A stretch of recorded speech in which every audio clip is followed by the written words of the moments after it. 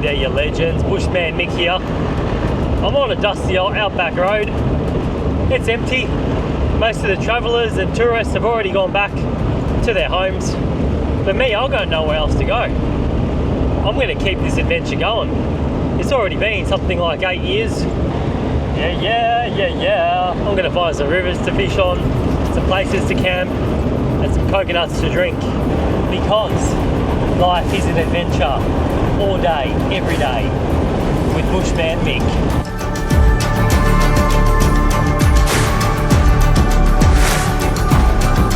What's going on here, Gary? Poor little fella. Is it fresh enough to take the tail? Nah, I don't think that's fresh enough. Poor little fella. Almost got a quick feed then. Haha. Always wonder why there's not more younger people traveling around. You know, people in their 20s and 30s exploring this amazing country that we're living in. We are free to roam around and to travel and to explore. I don't know if there's a lot of countries in the world where you can do this safely, you know, without ending up in a war zone or in some kind of trouble. But Australia is a very safe country. Oh yeah, Gary. We need to find a river ASAP. It is so dry out here and warm. I just need a bit of a canopy, maybe like a rainforest just setting, a bit of flowing, a bit of crystal clear water that I can have a bucket shower in. Haha, stage 1 complete. I found the river. Now, we must get some water to cool off. I've seen crocodiles living in a mere puddle of mud before. They will do anything to survive through the dry season. Oh man, what am I getting myself into? It looks pretty safe. I'm just gonna fill this bucket. Yes, I got the water. Finally, I can have a shower. Oh yeah. Woo! Reboard. I'm feeling like doing a bit of exploring. Let's pack a bag. I'm going to show you exactly what I like to take with me on a day trip when I'm hiking down rivers, fishing, looking for bush tucker and exploring. First of all, day pack. Brand name, really sturdy, really strong, really good zips. There's nothing worse than being out on a hike with a cheap backpack that you got from an op shop, whatever, and the zip breaks and then you're in a big trouble because you've got all your gear everywhere and you're like, what am I going to do? How am I going to carry this stuff? Now, because I'm doing this stuff basically every day, I've already got this pack set up with some essentials that always live in there. One of those things is some first aid equipment, because I do get cuts and grazes and little things happening all the time, especially when fishing. I don't carry one of those normal first aid kits with the zipper and all that stuff, because I find that most of the stuff in there is just rubbish that you never end up using. And there's so much stuff in those kits that usually when you're looking for something, it's just a mess. It just takes so long to put a band-aid on and a little bit of ointment. I always have with me some Elastoplast band-aids. They stick the best. They're better than all the other brands. They stay on longer. They're just the best. So I have a few of those, and I usually have either some of that betadine, antiseptic, or just tea tree oil, one or the other. Just because out here in the warmer environment, in the tropics, and even in the salt water up here, my cuts get infected so quickly. So I find it's really important to get them clean and cover them ASAP. And I carry one snake bandage. I've only started carrying that recently because I don't wear a t-shirt, as you may notice, so I don't actually have anything to bandage myself or someone else in the case of a snake bite. And I've also got my little EPIRB with me. You can't buy this one anymore, unfortunately. And of course, 2 litres of water straight out of the fridge. And as well as that, I always have with me my little Sawyer Mini, which is a water filter. Now, I don't want to be using that around these waters. I want to stay away from the water as much as possible because there are crocodiles up here. But hey, it's lightweight, it's very small, it just lives in here all the time. And of course, my camera gear, drone, Mini 4 Pro, DJI mic, and I record with a DJI Action 5 Pro. I love it. It's way better than GoPro. Okay, now, the most important stuff, fishing gear. Today I'm just targeting barramundis, and I'm only going to be using lures. So I've got a selection of hard body lures and soft plastics. I love using prawns, like these type of Z-Mans and the Irrigungis, and of course the good old Z-Rex and Samakis, which is probably my go-to when I have them. Measuring tape, lip grippers. These are actually a new addition. I've always used my hands, but when you pick in like a 90 centimeter barramundi out of the water and he's still flapping around, it causes a bit of damage, and you know, it's easier to lose fish. Honestly, these plastic ones aren't the best. I picked up a catfish the other day and he actually got out because they bend sideways. A 60-pound fluorocarbon, good stuff. 60-pound, very, very strong, very abrasive resistant, especially for all these shallow creeks full of logs and snags. And this little thing, which I've been using for the last 7-8 years, it's a hand saver. It's really good for tightening those knots, the FG knots that I use to connect my leader line to my braid. I make sure my knots are really bulletproof. Now, knives. I have a whole range of knives for different purposes and different work. You know, from my hunting knives to my bushcraft knife to skinning knives and filleting knives, and even like a awesome little flick knife. But when I'm fishing, I find that the best knife to use is my cheapest $5 little fishing knife, just from the tackle store.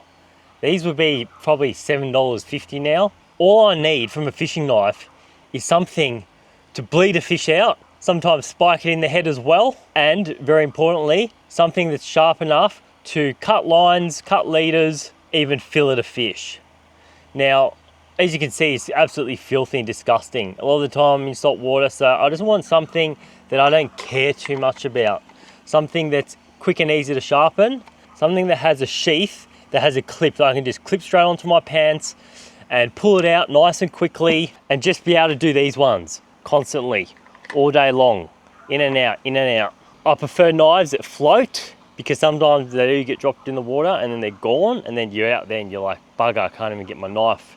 So this one doesn't float. I did have a floating one, but I snapped it the other day. It went through absolute hell. I don't like using really good expensive knives for fishing, because sometimes I find myself having to do things like open up the hole of a sinker, you know, and do things that damage the blade. So I prefer cheap knives for fishing. Well, once I catch a barra, I'm probably going to use this knife to do a bit of filleting as well out in the field, so I don't have to carry a whole entire fish back with me. So I will chuck a few freezer bags in my pack as well for the fillets. I am in the market though at the moment for a slightly more expensive knife. I'm not going to spend more than 50 bucks, mainly because I want something with a slightly stronger blade and with a floating handle, so I don't lose it in the water again.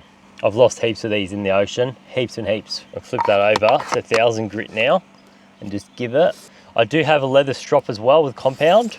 I don't usually use it on this knife, but I will use it on my better knives, especially my filleting knife, which I want razor sharp for getting those fillets off nice and easy. A pair of pliers as well, again, those hooks out of their mouths, and my rod. All right, this one, what am I using? This is my Venom crankbait spin, 6'5", 12 to 30 pound. It's a one-piece rod. I know that I'm not going to break it easily, so if I'm skull dragging fish up the bank so I don't have to go near the water's edge, Daiwa Excella 5000 and 40-pound braid. And there's my Z-Rex prawn. Up here in the fresh water, very slow flowing water or still water, I find that the prawns are my go-to over hard bodies and everything else. They're weedless, they work really good, the hooks aren't too bad. The smaller ones bend easy, but this is the bigger one. This is the 125 mil prawn. I catch barra on these all the time. The main reason I've got a 6'5" is I don't want really long rods when I'm out here flicking below branches and trees. You know, long rods can be a real pain in the butt. So I like the shorter ones. Also, because it's not too long, I can fit fishing rods up to 6'8", 6'9" on the inside of my van already set up. I don't have to take them apart, which is really handy as well, because it means in and out every day. No setup, no pack down. just get the job done. And I'm only gonna wear a pair of shorts like usual. I'm not wearing top, it's too hot. I rarely wear tops, I hate them. I don't wear long pants either, very rarely. I'm gonna wear shoes. I'm not going barefoot. I like to wear really minimal barefoot kind of shoes. I find they give me a lot more flexibility and movement in my feet, which is really important because today I'm gonna be climbing over a lot of logs, scaling down steep banks and sandy banks and uneven material. So I wanna be able to move very well, I wanna be really agile and be able to use the full range of movement in my feet so I can have a really good grip. I'm not a fan of runners and hiking boots. They do have their place, but for what I'm doing, I want to be able to move well. You know what time it is? Time for a quick coconut. And then we're gonna go down the river. Oh, can't wait to get out there and go discover some new stuff, find some cool things like bush tucker and catch a barramundi. And that was very small, that one. Ah, bugger. Oh, we're getting dangerously low on coconuts, people. This is the last one. I'll save it for when I get back. That's enough talking. Let's go exploring.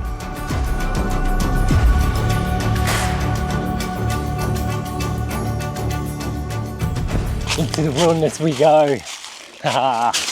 It's no rainforest, but it's not far from it. From the open woodland that we just come out of into this beautiful canopy. Oh, it's not too bad. It's providing me with heaps of shade and it's a lot cooler than it is up there, I'll tell you now. And I know that we're not too far from the rainforest. Without looking at the map, just from the species of trees that we have right here, there's several predominantly rainforest species like this black bean tree here, which do come from the rainforest, which tells me that if I was to follow this river system all the way up and into the feeder creeks, I would definitely be in a mountainous rainforest environment. I just startled wild pig over there, big wild boar. And I know exactly what he was doing and what he was eating because it's something that's actually very interesting for humans as well. Let's go have a look. This is what he was interested in. Oh, we'll be careful, make sure there's nothing in there. Because if there is, it's gonna come charging straight out at me.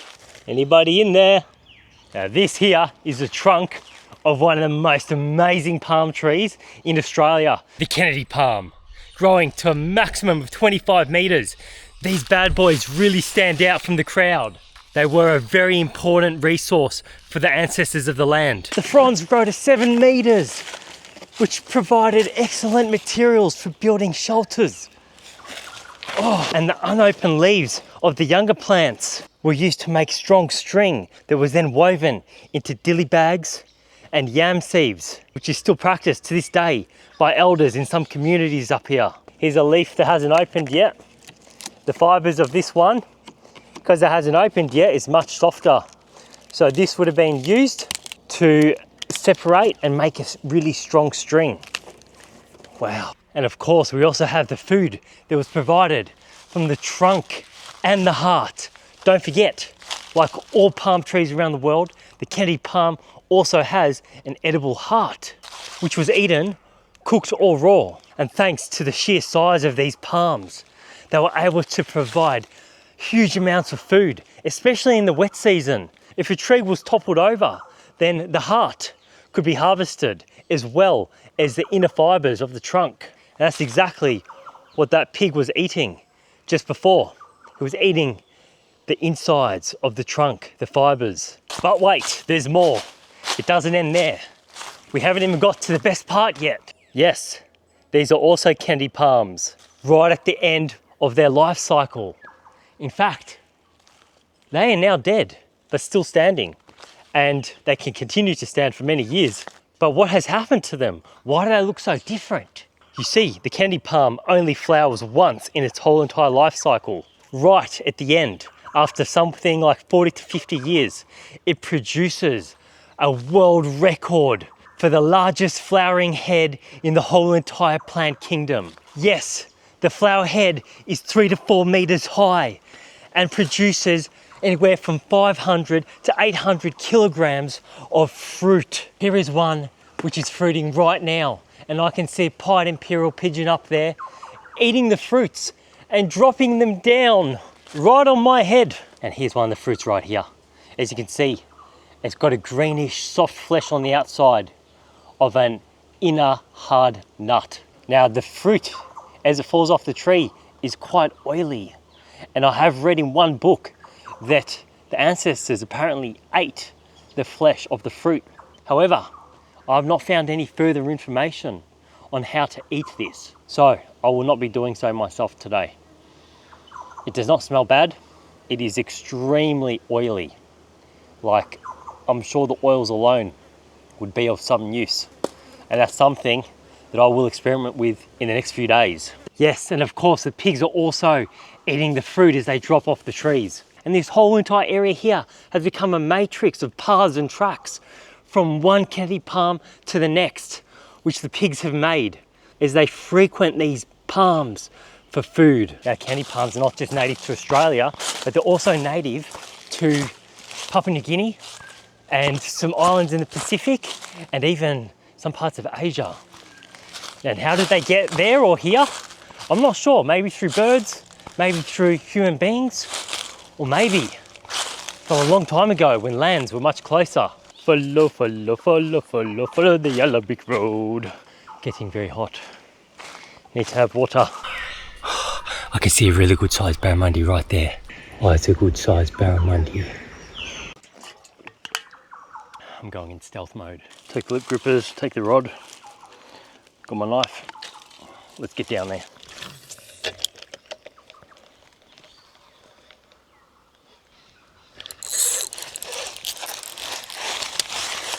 Got it. Oh, it's a little one. It's too small, this one. Oh, it's way too small. Nice little barramundi, but hey, he's undersized, and the other one was twice the size of this one. All right, I'm going to chuck him back really quietly and keep fishing for the bigger one. Get back in really quietly. See you later, mate.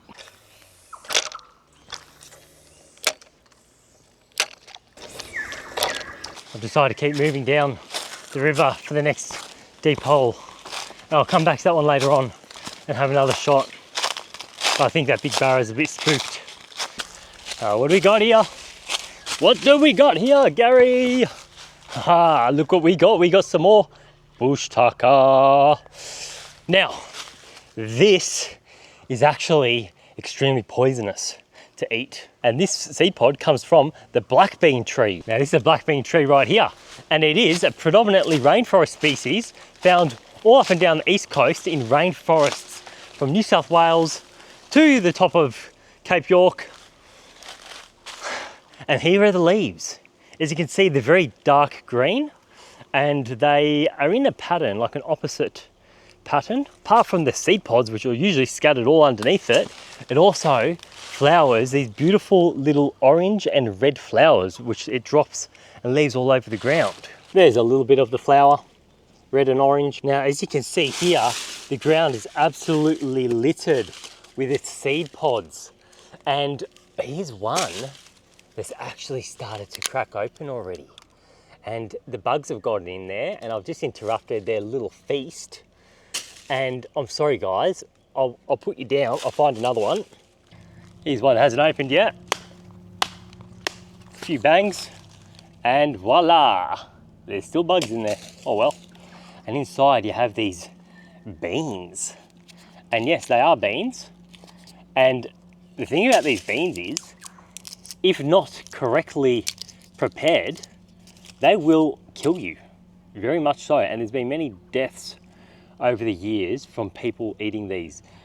Probably because they don't taste bad straight off the tree, tricking people into thinking that they're edible. Now, I'm currently collecting these because I know how to process them and leach out the toxins and make them edible. They are very abundant.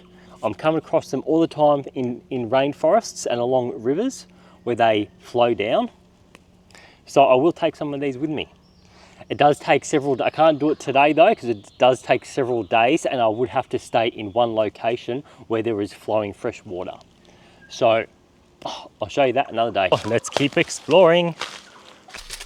Oh, where we're going to stand on this tree. Get some good footing. All right, now I'm on the little hard body. That's what I've been reduced to. On this bank. Come on. Give me the barramundi, mate.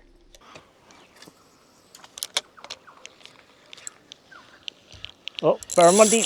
Oh, barramundi. Yeah, we got a barramundi. It looks pretty small. Ah, it's another small one.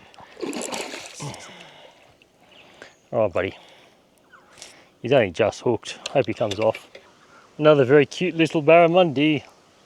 About 50 centimeters, maybe 45, 50. Going back in the water. Haha, see ya, buddy. And now there's a storm rolling in. I think it's time to leave it there, my friends. Hope you enjoyed today's episode. If you're new to the channel and you like what I'm doing, make sure you give me a like, a comment, and a subscribe. And if anyone needs to contact me, you can either get me on my Instagram account at Bushman Mick, or you can get me on my email address, which is located on the homepage of my YouTube account, if you want to say g'day, or if you want to book in a telephone call with me. Thanks for watching. See you next week. Over and out. You haven't got much time. Go, go, go.